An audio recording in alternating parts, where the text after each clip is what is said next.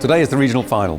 18 chefs, 12 here in London, 6 in Birmingham, cooking their recipe for a chance to go into the final. The regional finalists are selected on their paper recipe, so we have no idea where they work and their background. The atmosphere in the kitchen today is very tense. It's a very prestigious competition. The judges are phenomenal. Just to be a part of today is amazing. If you just look at the list of alumni, it's like all the chefs in the country that I look up to. I'm nervous.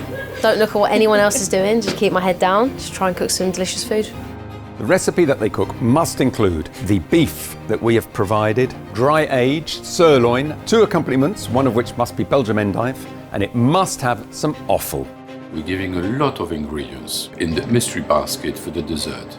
Could be classic, could be modern. I'm expecting a spectacular dessert from this mystery box. There's no excuse. Today I want to see real proper grub. Cooked well, seasoned, you can tell that the chef has tasted it. I want to see something really interesting with the offal. I think that's really important.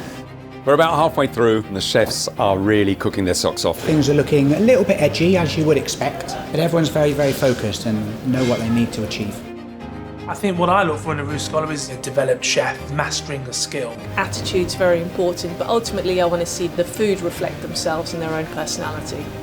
I felt like the judges were rooting for us all. They were over our shoulders watching us, wanting us to succeed.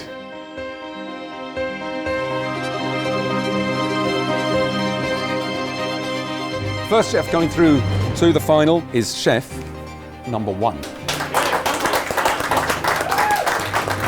It was tough. It was tougher than it's been any other year for me. I still don't know what to say. I've got to the finals. It's taken so many tries, but I'm still speechless. I just feel so overwhelmed that I was good enough to get to the top 6.